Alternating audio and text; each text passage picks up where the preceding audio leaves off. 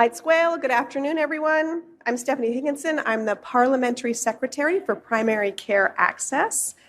And before I begin, I want to acknowledge that we are all gathered on the territory of the Lekwungen-speaking people of the Songhees and Esquimalt Nation.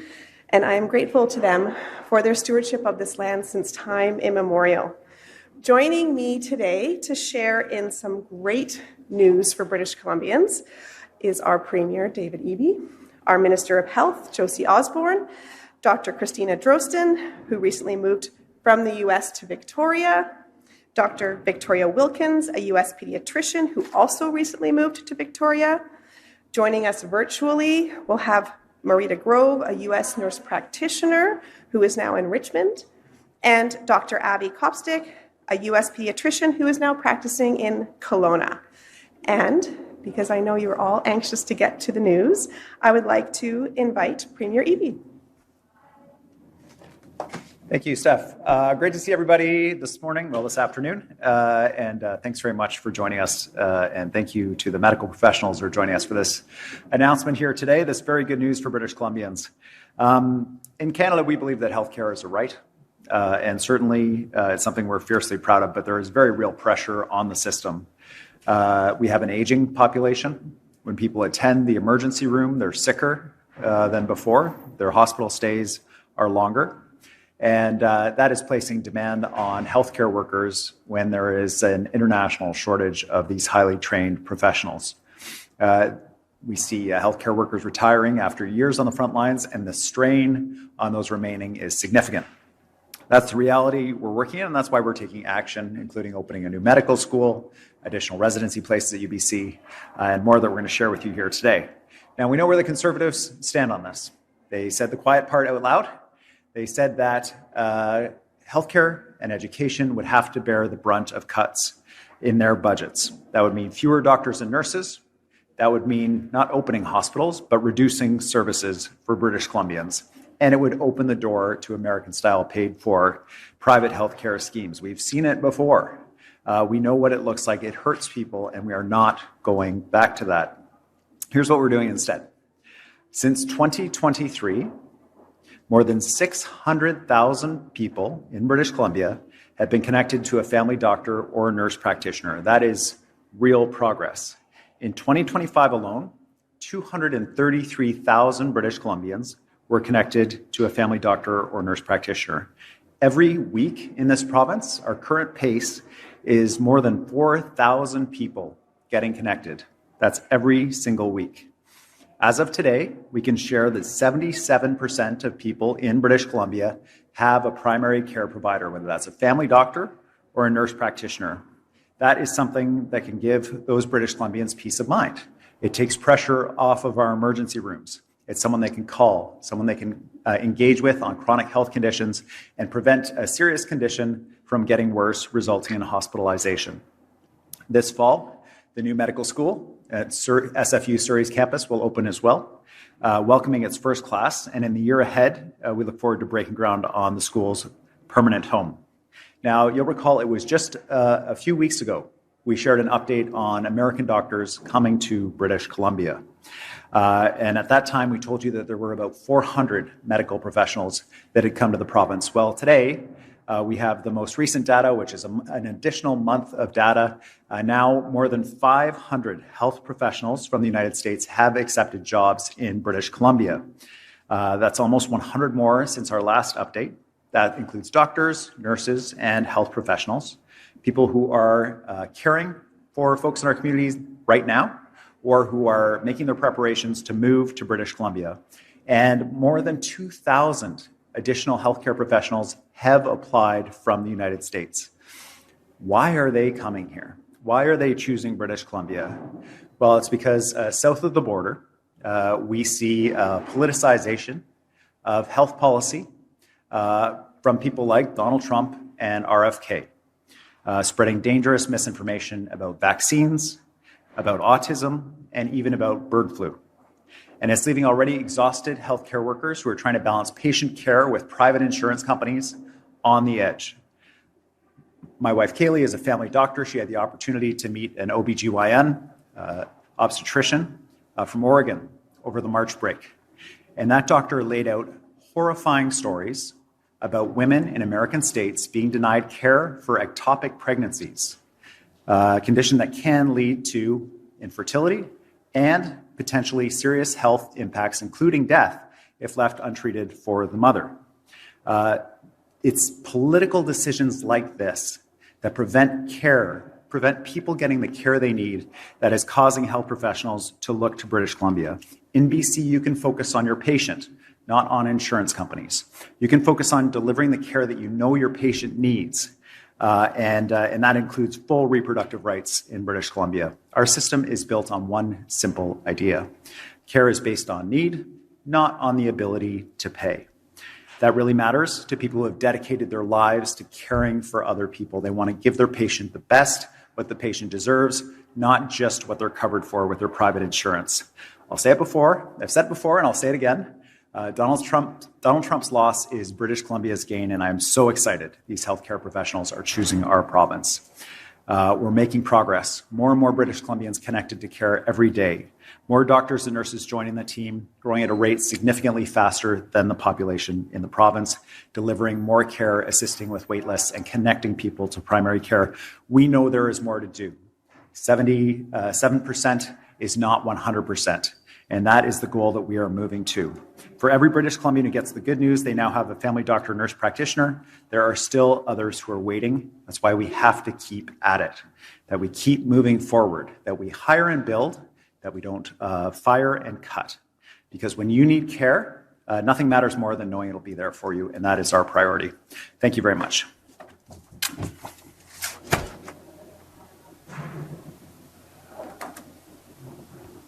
Thank you, Premier Eby. This is really great news. It's really exciting news for folks who have been waiting for a primary care practitioner. It's clear that we've made progress to ensure that people have better access to primary care. And in addition to connecting more people to a family doctor or a nurse practitioner, we've opened 47 urgent and primary care centers with more underway. Most of those are open on weekends, late into the evening, which is really important when you have little kids and they get an earache after 4 p.m. 95 primary care networks are underway or established. 15 community health centers are open or under development, and will continue to work with our partners to strengthen primary care in our province. And now I would like to invite Minister Osborne to share a few words. Thank you so much, PS Higginson. I'm so delighted to work with Stephanie as a Parliamentary Secretary for Primary Care Access. Good afternoon, everyone. I too want to acknowledge that we are gathered here today on the territories, the lands of the Songhees and Esquimalt nations, the Lekwungen-speaking peoples. As the Premier said, it hasn't really been that long since we made the last announcement at BC Children's around the momentum that we are seeing when it comes to recruitment. And that's why we think the results are so worth sharing. Over the past few years, we have made some fundamental changes to how people access primary care here in BC. In 2023, we introduced a new payment model for family doctors. We expanded the Health Connect registry across the province, and we built a more coordinated system to match patients with providers. And it's working. You've heard the numbers. Since 2023, more than 600,000 people have been connected to a primary care provider. That's over 4,000 people every single week. And going back to 2018, that number rises to nearly 900,000 British Columbians matched. With 77% of British Columbians matched to a primary care provider today, that's about 4.4 million people. And at the same time, we've been building the places where the care happens. As PS Higginson alluded to, we have opened 47 urgent and primary care centers. There are 15 community health centers underway, opened or underway, and 95 primary care networks. Those are networks that bring providers together in a coordinated, team-based system of care. There is more work to do, but it is real progress in connecting people to care close to home. A huge part of that progress, of course, is people, the people who work in our healthcare system. And as the Premier mentioned, more than 500 US trained professionals have now accepted job offers here in British Columbia. That includes 109 doctors, more than a quarter of whom are family physicians, along with 315 nurses, 51 nurse practitioners, and 29 allied health professionals. They are already working in communities across the province, large and small, from Vancouver and Burnaby and Surrey to Prince George and Terrace and Fort St. John, and smaller communities like Nanaimo, Victoria, Port Alberni, Courtenay, Kamloops, 100 Mile House, and Nakusp. Many of them are on the ground. They are already caring for people in our clinics and our hospitals. And it's their expertise that is helping to strengthen our public system. It is supporting team-based care and helping more people get the care that they need when and where they need it. This builds on the much bigger efforts that we are making to grow our health workforce here at home. BC now has more doctors per capita than any other province in Canada. Between 2017 and 2024, our population grew by more than 15%, but our primary care workforce grew faster. The number of family doctors has increased by 23% to more than 7,800. The number of nurse practitioners has more than tripled, 137% more to over 1,650. And the number of nurses has grown by 17%. That's nearly 78,750 nurses here in British Columbia. We're also expanding training seats across the province, and we've established a new medical school opening this fall with its first intake of 48 students. And this is all focused on one goal. It is making sure that people have timely, reliable care in their communities. BC is a great place to live. It's a great place to practice medicine and to deliver healthcare, and people are recognizing this more and more every single day. Healthcare professionals from across Canada, from around the world, from the US, are choosing to come to British Columbia, and they're staying here. So to every single person who's come and joined our public healthcare system, thank you. Your work matters deeply to the people of British Columbia, and we are just thrilled to have you here. We hope that you'll keep spreading the word amongst your colleagues back home, because there's never been a more important time, a better place to be a part of public healthcare than here in British Columbia. Thank you. Thank you, Minister Osborne, and thank you for the work you're doing to ensure that people in British Columbia get the care they need when they need it and where they need it. And now, I'm so thrilled that you're going to get to hear from some of our healthcare professionals that have come to us from the US. I had a chance to visit with them before we started, and I am so grateful that they're taking the time today to come to talk to you and tell their story about coming to BC. So I'm going to start with Dr. Christina Drostin, who is now practicing here in Victoria.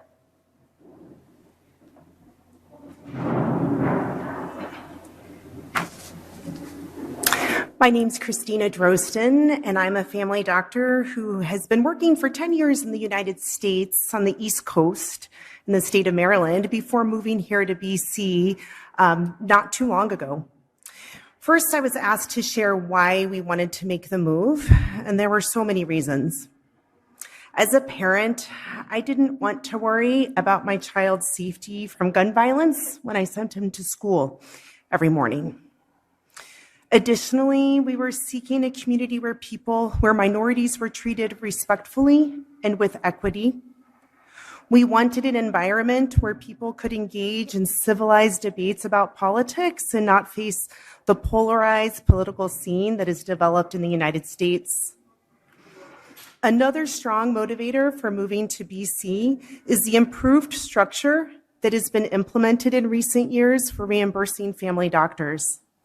I was excited to hear that now here in BC, if I'm finishing a visit note at 7 p.m. on a Tuesday, or if I'm reviewing test results on a Saturday morning, that family doctors can now be reimbursed for that work, which is not how it works in the United States. I find that since moving here, I can more easily balance the long hours of working as a family doctor with personal and family life. When I was considering seriously about making the move here, I talked with my partner about where in Canada we should consider moving. Without hesitation, she immediately shouted out, Vancouver Island, of course. Having been here many years ago to visit friends, she knew of the special beauty and the warmer weather of this place that you all call home. I spent 9 months working with agencies in BC to then set up a medical license, to find a job, and to apply for permits for myself and the family to move here. July 28th, 2026, we made the exciting move. Since that first day, we have been greeted with kindness and helpfulness as I've applied for MSP medical coverage for our family, enrolled our child in school, as we applied for driver's license and all the minutia that comes with relocating. We've become friends with our neighbors who have kindly hosted us for dinner and game nights. We've made friends through a local book club and also through our child's band concerts at his middle school. And at my new job at a local community health center here in Victoria, I've had the joy of establishing many patients to attach them to my panel as a family doctor. I deeply value the relationships and trust that are built over time by serving as a family doctor. I'm grateful and happy to be living here in BC. And as long as we are welcome here, my family and I will call this beautiful place our home. Thank you, BC.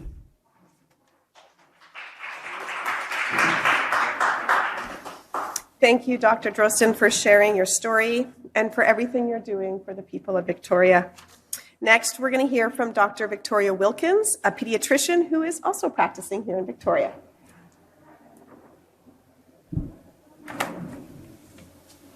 Thank you so much for having me here today, and thank you so much to Premier Eby and to Minister Osborne for sponsoring this event and allowing us to speak.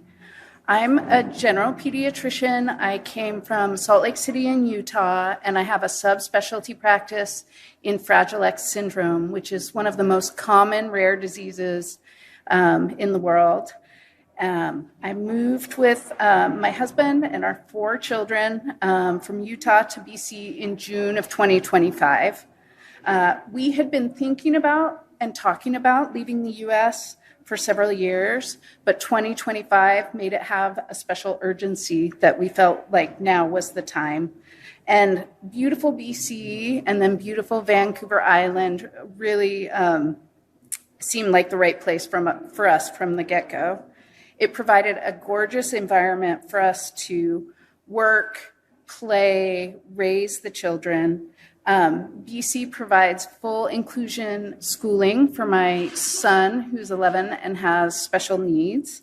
It is close to home for our 2 adopted children who are Cree Métis, and their grandfather was taken from his family and placed in a family in the United States. So we have now been reunited with their family and gone to powwow together, and the kids are getting to be raised with their culture. So that's another really special thing to us.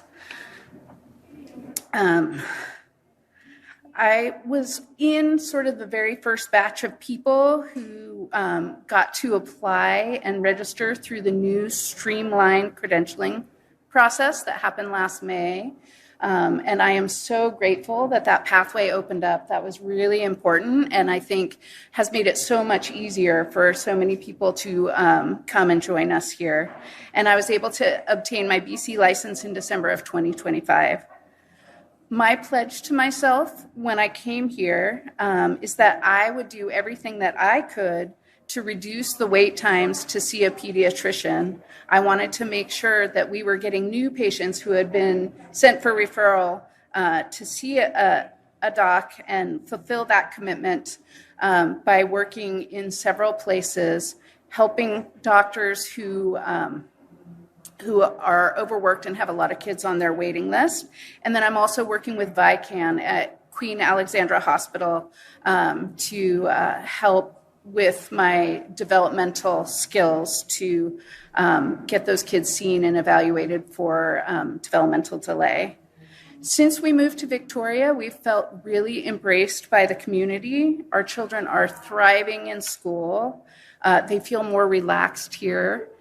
It's literally palpable. You can see heart rates coming down and everybody's just a bit more calm. And they're trying new activities like outrigger canoe, rowing on the crew team, and their Everlove ballet. My son, for the first time, really feels like he's included as a full and competent member of his class. And to me, that kind of inclusion as a mom means everything. In my early days of working here, it's really easy to notice the difference in practice of medicine. I have more time with my patients. That's for every single patient. I can really listen and understand where they're coming from. And to have insurance no longer be a barrier to be able to get the patients the care and services they need is like a weight off my shoulders. In the US, I was really beginning to deal with a great deal of moral injury, knowing that I couldn't always get my patients the things that they needed. Care was prohibitively costly. There was gatekeeping by insurance, and some kids had lack of insurance due to new rules about accessing healthcare as someone who might be an undocumented immigrant. So it was just so inequitable. It hurt me deeply, and I knew those families were making choices based on finances, based on what they had saved up, and making choices between really important things and medical care. And these are children who really need to thrive. So I know that people here in BC are struggling with wait times, but the trade-off is really that equitable care that they're also getting. And I'm committing myself to helping reduce those waits for pediatric patients. I feel really optimistic that the provincial government here wants to make things better and is working really hard to do that. People have been incredibly responsive when we've run into roadblocks, and we're making positive change. When I was registering for my college through the BC College, it took a long time, but folks at the college were really amenable to making change and streamlining even then. So it was just such a breath of fresh air. And here at Island Health, I'm able to provide my ideas and thoughts to improve patient care and feel heard there. Our leaders are listening, adapting, and making change. And that just gives me so much great hope for my future, my family's future, and the future of the health of people in BC. All of this is to say I'm super happy to be here, and thank you so much for hosting me and my family.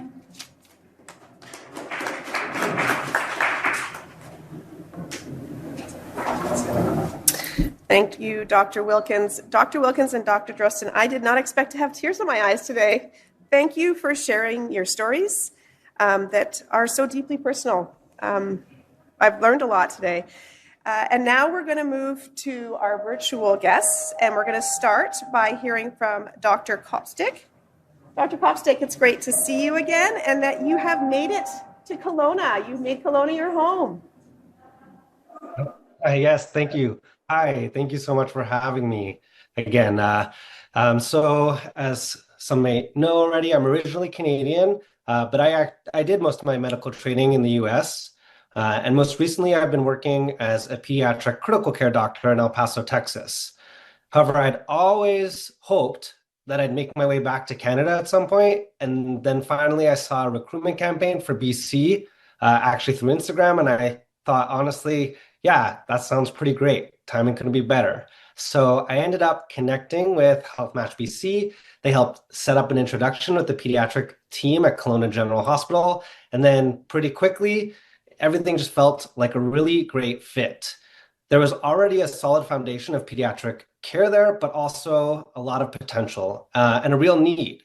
So it felt like a place where I could actually meaningfully contribute on arrival. Originally, I thought I'd take some time before starting, but that didn't really happen that way. I think I accepted the position in June, and I ended up just starting in September. Oh no, sorry, I accepted the job to start in September, but I came out late August and just started doing locums before my contract even began.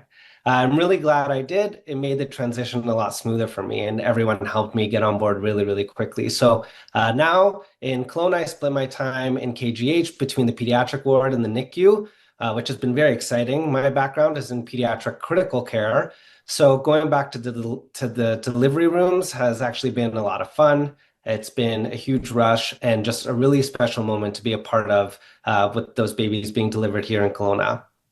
Outside of the hospital, I really love settling into Kelowna. I actually finally signed a lease and spent my weekend setting up an apartment. It's on a really high floor, and I have views of both the lakes and the mountains, which is, pretty hard to complain about. I mostly get around everywhere by bike, even to pick up groceries, which has been a really, really nice way of getting to know the city.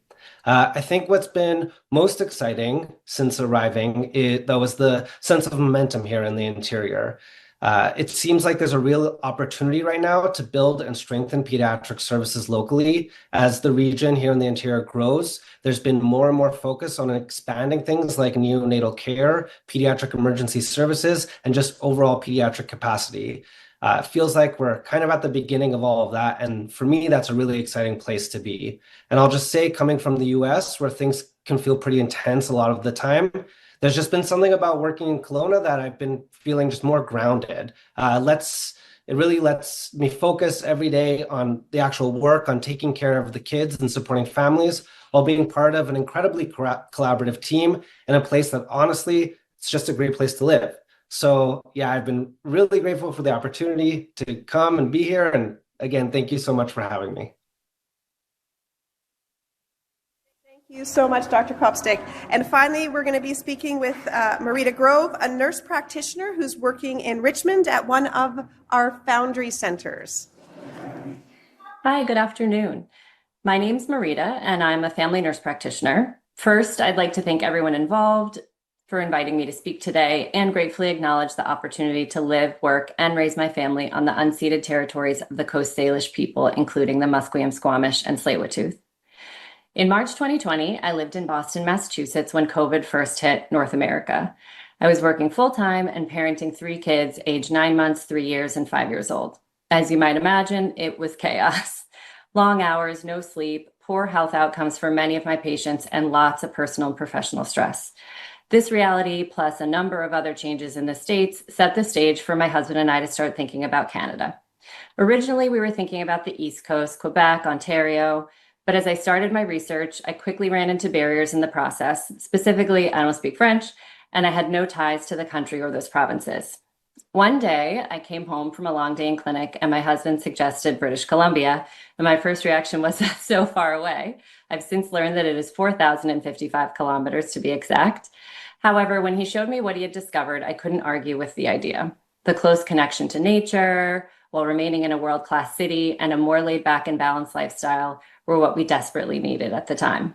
I also realized some of the barriers in the other provinces were less of an issue in BC. I connected to Health Match BC and was able to apply for licensure and understand the immigration process through the provincial nominee program in a way that transformed an idea into a reality. So after a lot of paperwork, but a generally smooth process, we made the move, and I started in a full-time clinical position at Foundry in Richmond, BC, providing low-barrier primary care services to high-risk adolescents aged 12 to 24. In 2023, I was invited for a leadership position, so I now split my time between clinical care and recruiting, onboarding, and supporting NPs across Vancouver Coastal Health and advancing the role of nurse practitioners all over the province. The opportunity to have a leadership role allowed me to build an advanced understanding of the BC health system and pay it forward to the new US NP applicants and new hires. Additionally, I've been able to build on 12 years of practice I had under my belt when I arrived in BC, rather than feeling that I had to start over from scratch. Throughout the transition, I was most worried about my kids, of course, as any mom would be, but they integrated into school and extracurriculars almost immediately. We've built great connections to other parents, including when I had to ask my first friend I made at school pickup if I could add her as our emergency contact. And after she said yes, politely ask if I could have her last name. It felt a little overwhelming to rely on someone whose last name I didn't even know to take my kids in an emergency, but it's just one example of the kindness and support that we've encountered here in BC. My family and I are thriving, and I'm overjoyed at the community we found, especially being so far away from home. We have a found family to rely on in a childcare pinch, celebrate holidays with, and help us with all the questions and advice needed when you come to another country. And for that, I'm endlessly grateful. Thank you again for listening to my story today and for the opportunity to make beautiful British Columbia my new home. Thank you so much, Marita, for sharing your story and for making BC your home, to all of you for making BC your home. Since 2017, we've opened 20 Foundry Centres. They offer integrated health services, mental health services, substance services, physical and sexual health, as well as social services and primary care to youth under 24. And we're only able to continue expanding our services because of the help of people like the doctors and nurse practitioners who have joined us today. We are at the end of our speaking portion. We're making real progress, and people in BC are benefiting. In my tours around as the new parliamentary secretary, I'm hearing words like, it's the most hopeful time for hiring. The gateway has never been as successful as it is right now. The pipeline is successful. People are feeling hopeful. So from recruiting more U.S. healthcare practitioners that are working in primary care clinics, Foundry Centres, and hospitals, to connecting over 600,000 people to primary care since 2023 and attaching over 4,000 people a week, we are continuing our work for British Columbians so more people can get the primary care they need closer to home when they need it. And with that, we will start taking questions. Thank you. Thank you, P.S. Higginson. We're going to take questions from the media now. All members of the media will have one question and one follow-up. For media on the phone lines, please remember to press *1 to enter the queue. And if you're called upon, please unmute yourself. We're going to start here with Keith Baldry from Global News. Hi, Premier. Unrelated topic. Yesterday, there was a big event on the front lawn for FIFA. You were there, part of it. One of the questions we keep asking, we've yet to get any answers, is how much the security costs are associated with FIFA in terms of what BC taxpayers are expected to cover. Do you have any information on that? Yes, we're continuing to finalize security costing with the RCMP and with local police, and we'll be releasing full figures to the media as soon as they are finalized. We are facing a serious challenge, though, frankly, around security costs. I guess this is a yellow card moment, not a red card, but a yellow card. Our partners in hosting this National World Cup, the federal government, have committed to us repeatedly that they will be partners in sharing the security costs for FIFA, for the World Cup in British Columbia. A significant part of the security costs that we face are due to the fact that we'll have international visitors from around the world, and the federal RCMP plays a very significant role here. We're housing a lot of police officers. We are deploying a significant amount of additional policing. It is our international reputation that is on the line, which is why the federal government has committed to being our partner in this work, but they haven't cut the check. And we can't pay the rent with promises. We need the federal government to actually produce the money to assist in paying for the security expenses. We sure want to see that strong federal partnership. And we believe the commitments are there, but we actually need to be able to put the money in the bank to pay the hardworking police officers who are going to be showing up to assist with security throughout the event. Can you provide a ballpark figure in terms of millions? And what are we talking about in terms of arrangements with the feds? Is it a 50-50, 60-40, 70-30? What type of ratio? Yes, our goal with the federal government has been a sharing of costs, just like we did as a province during the Olympics. We asked for major event designation. They said it wasn't necessary for this, but they would partner with us on the expenditure. And I'll ask staff to get you the best possible ballpark number we can. Rob Buffum, CTV. Oh, hi, Premier. I wanted to get your reaction to a poll out today from Angus Reid that shows that those surveyed, a majority of those surveyed, up 9%, in fact, feel like DRIPA goes too far in limiting the provincial government's authority over land and property. What's your reaction? Do you agree? And how do you feel about the fact that this number has increased by 9% from last August? Well, there is a significant concern among the public following a couple of major court decisions. And I have to say I share the concern. We have been very clear. We will be amending the Declaration Act to respond to the court decision.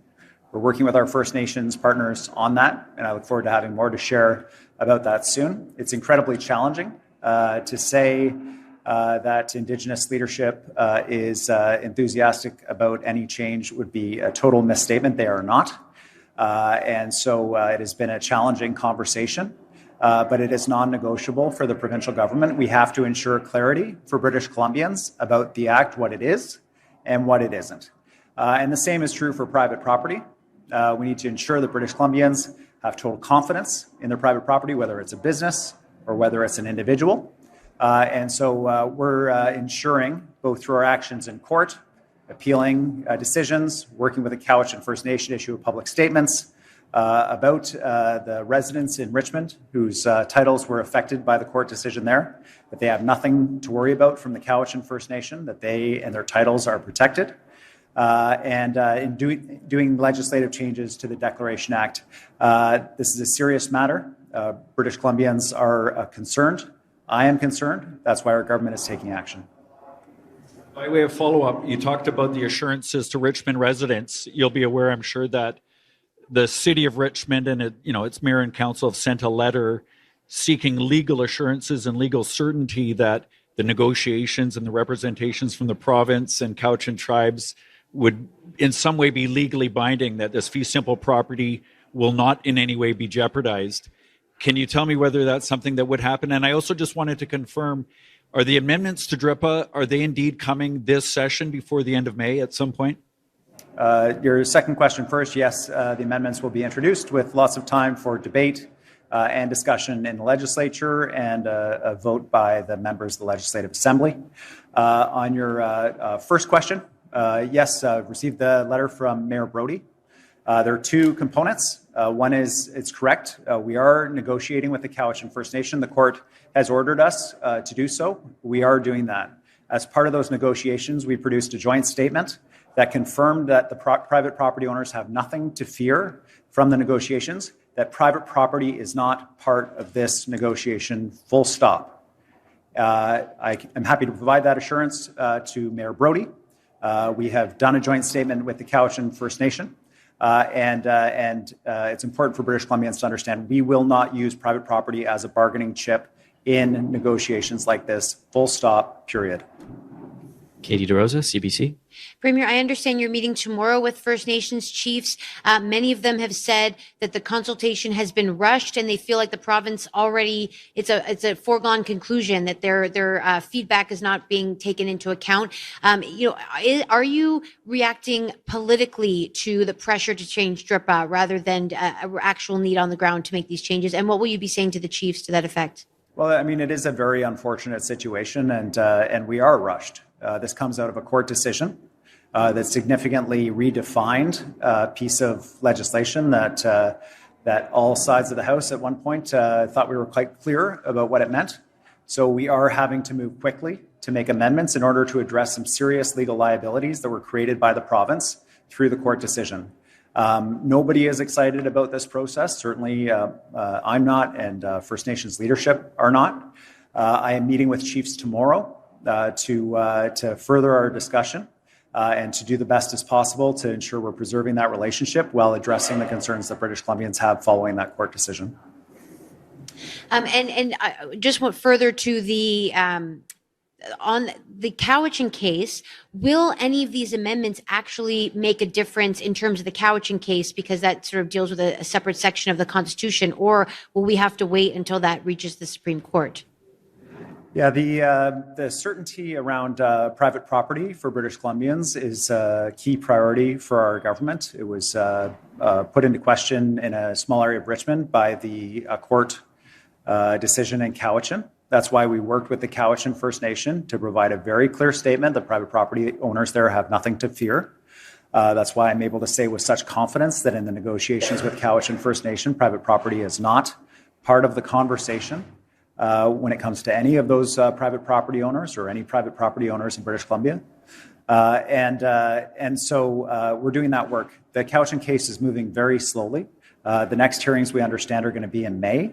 It is crucial to provide that certainty to business owners and property owners in Richmond. We have been able to provide that certainty, and we'll continue to take whatever actions are necessary so that they have the confidence that they need in their titles.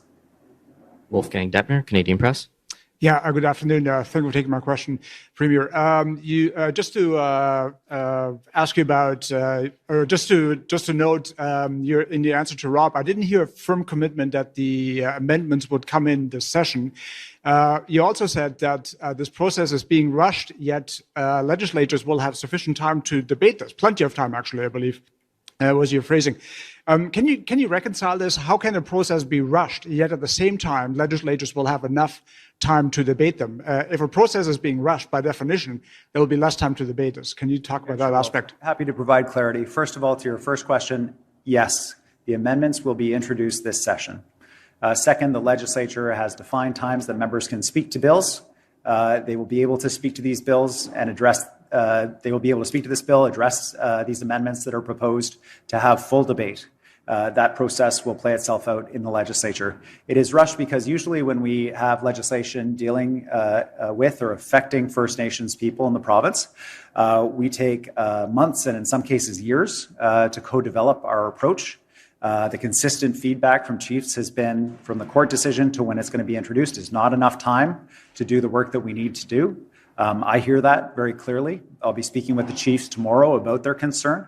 But usually the co-development process is quite long, and this has not been a co-development process. This is the provincial government responding to a court decision that affects the provincial government's liability and a significant number of court cases that we have to address in a defined period of time. There's just no negotiation about that. Where the negotiation and discussion is how do we address that legal liability that the court case created? How do we move forward and try to keep things together as partners in this and recognize each other's needs? And that's the work that we're doing.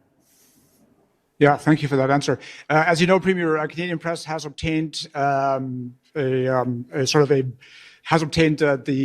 proposed revisions, and the documents speak of getting rid of. The documents show that the amendments propose to get rid of the section that says all laws must be aligned with the declaration, and then it goes on to talk about aligning enactments with the declaration. Can you talk about the difference between aligning all laws with DRIPA and then this change to enactments? Because enactments are not yet laws. Can you sort of reconcile the difference between those two things? Thank you. Yeah, Wolf, I guess the best thing that I can say at this point is there have been a number of proposals that have been put forward and the conversation has been ongoing with chiefs. I have a meeting with them tomorrow to discuss how we're going to move forward or try to move forward together.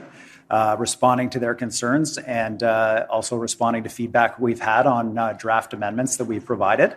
At this point, that's the best that I can offer. When we introduce the legislation in the House, happy to go through in detail with you about the proposed amendments. It's been an iterative back and forth process, hearing feedback from the chiefs and ensuring that the province's core concern that we address the liabilities that the court decision created for the province is addressed. Rob Shaw, Check News. I'm just going to jam a whole bunch of topics into one question here. Can we get your reaction on Han Chan remaining as an MLA in the legislature? Can we get your reaction on Scottish midwife who's facing being unable to be accredited? And can we get your reaction on Avi Lewis being the new NDP leader? Whether you think any of those things are appropriate. Okay. Starting off, I just, if an MLA came to me who had been arrested, criminally charged, I would have two pieces of information to share with that member. One is that they would be removed from our caucus, and the other is that they should resign in order to be able to allow someone who can be fully focused on their constituents to be able to do that job. That would be my advice to my own MLAs, and that would be my advice to this MLA. On the bizarre issue of this Scottish midwife that we would love to have practicing in British Columbia, it is a frustration of ours that we have been limited in our provincial nominee program spaces. we think we're close to the ground. We can identify the workers that we need in the province that are going to help grow our economy, create jobs and opportunity for British Columbians, and strengthen our services like healthcare. We actually would love to have this woman working in British Columbia, delivering babies. We could definitely use her assistance. We've reached out to the federal government. Minister Osborne and her team have been working closely with this midwife to address her concerns. We just don't want to be running down the hallway of the airport like a rom-com, grabbing her just before she steps on the plane. We need, the federal government to save everybody some grief and just say, of course, we need this trained professional in our province, in our country, and we are thrilled she is here. That's what we're looking for on that. With respect to Mr. Lewis's election, no question. We have different positions on a number of significant issues. But my commitment to British Columbians and to Canadians is that we will work with anyone that ensures that we are lifting up British Columbians, providing jobs, prosperity, and opportunity for them. We have our plan, Look West, which is focused on a number of significant industries, including energy, including tech, including mining. We think this is the best way to create good, high-paying jobs, not just in the project itself, but in all the associated companies in the province that provide services to the folks who deliver those kinds of jobs. So it is, it's crucially important to us that we stay focused on lifting up British Columbians, lifting up working people, creating opportunity, creating prosperity in these challenging and uncertain times. And if Mr. Lewis has a role to play in assisting us with that, I would be glad to hear about it. That worked out pretty well, actually. I should ask all the questions like that. Yeah, that's good. Can I ask you a question about housing? One of the largest private landowners on the island is the Anglican Church. They continue to want to give free land to the provincial government to have supportive housing, especially for seniors, low-income seniors. And they've hit two problems. The first is the community housing fund getting eliminated in the budget means there's no provincial partner. And the second is even when they get a provincial partner, it takes so long to do municipal zoning, years, that the final cost increases the cost of the provincial and federal partner. And I just wondered if you could comment on the idea that a church giving free land to the government can't get seniors housing built because of how long it takes and the lack of money available for them to actually operate the housing. Yeah, thanks, Rob. We've actually had a number of religious institutions, religious property owners partner with the province on a number of different housing developments. And they have been very successful, and we managed to deliver a significant amount of housing with them. The Anglican Church is one of those partners. We really value those partnerships. There are significant costs that come with housing. You got to build the housing, and you also have to provide the staffing and supports. We have this year, in the next 3 months, 2,000 new units of housing opening. Over the next year following that, we have 3,000 additional units that will be opening. So we're going to be opening 5,000 units of housing. There does come a point when we need to pace and ensure that we're able to deliver, including fund these housing units going forward, given the fiscal pressures that we're seeing for a number of reasons. So we have had to cancel a call for the Community Housing Fund. It is not the last call, but the program continues, the housing units continue, and we look forward to working with partners like the Anglican Church. Next, we'll head to Mark Page from the Black Press. Yeah, just back to DRIPA. Just to recap, in the last month or two, so far you've lost the minister, or the deputy minister, responsible for the Declaration Secretariat, the first Indigenous deputy minister. You've got a solid consultation record from First Nations saying that they oppose these amendments or any amendments, including resolutions from both the BC Assembly of First Nations and the Union of BC Indian Chiefs. And now there's a concerted effort to convince the three Indigenous NDP MLAs to vote against the bill and break with the caucus. Considering all of this, how do you plan on, and do you think you're going to be able to get these amendments through this session? How do you plan on doing that? Yes, we're going to get these amendments through. We have to. There was a court decision that came down that is a significant court decision from the Court of Appeal on this act that interpreted it in a way that was quite different than that intended by the legislature when the bill was introduced and passed unanimously in the House. that has created significant legal liabilities for the province of British Columbia. We're working with chiefs to try to find a path forward, but whether or not we address this legal liability is non-negotiable. We have to do it, and we will do it, and I look forward to introducing the amendments.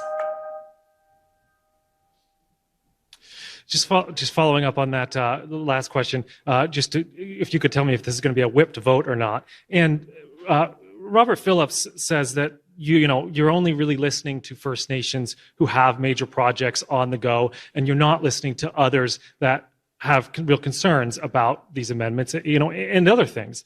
And there's a letter circulating amongst chiefs that says that you are not allowing some leaders to speak in meetings as you present this information to First Nation leaders. What do you say to that? Well, it's simply incorrect. When I attend an all-chiefs meeting, I don't chair the meeting and I don't choose who speaks. The Indigenous leadership chooses the chair, and that Indigenous chair chooses who asks me questions. I have no role to play in that. It's also incorrect to suggest that we are exclusively working with First Nations that have major economic projects. It's important for British Columbians to know that a huge number of the major economic projects that we do have that are creating thousands of jobs, the Red Chris Mine, Eskay Creek that's coming, Salism's LNG, LNG Canada Phase 2, $6 billion in energy projects across the province, have significant Indigenous participation, investment, and are creating jobs for everybody. But that is not the only group of First Nations we're working with. Far from it. We're doing language training support across the province. We're working with nations on child and youth in care programs where nations are retaking control over their own youth, being able to provide care to them. We have significant and advanced treaty negotiations with 3 separate First Nations that will be coming forward into the legislature. So I don't know where that perspective comes from, but it's simply not accurate. And I suspect that Mr. Phillips knows that. I've got huge respect for him. He is a leader in economic development among First Nations. It's probably what he knows best, the work that we're doing, frankly, because he is doing so much work on the economic file, but our work goes well beyond that. We have time for one more question, and we're going to head to Mr. Les Lane from the Times Columnist. Thank you. Premier, the Richmond mayor's letter, I found the wording interesting. He's asking the Cowichan to renounce any claims on private property. Renounce kind of presupposes there's something there, and he wants that done in some legally binding fashion. I wondered a bit more about your impression of that letter, of the use of the word renounce, and whether the government of BC would be involved in whatever he has in mind in terms of easing people's anxiety.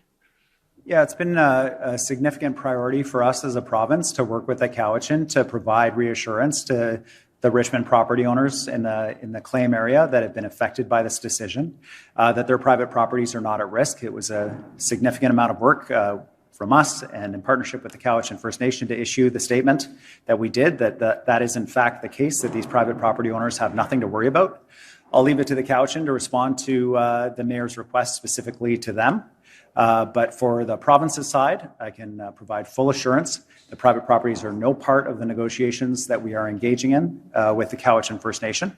And we stand behind, as I know Cowichan does, the fact that they did not ask for the private property title rights of individuals to be affected by their case, and also that they have no designs on those properties, that those properties are safe.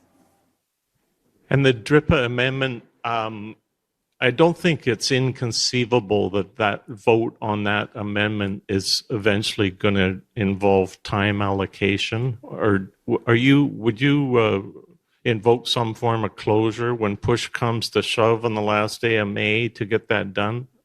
I won't speculate, Les. There'll be lots of time for debate and discussion. I look forward to introducing the amendments when we do, and we'll address any issues like that at the time. Thank you, everyone. That concludes today's event.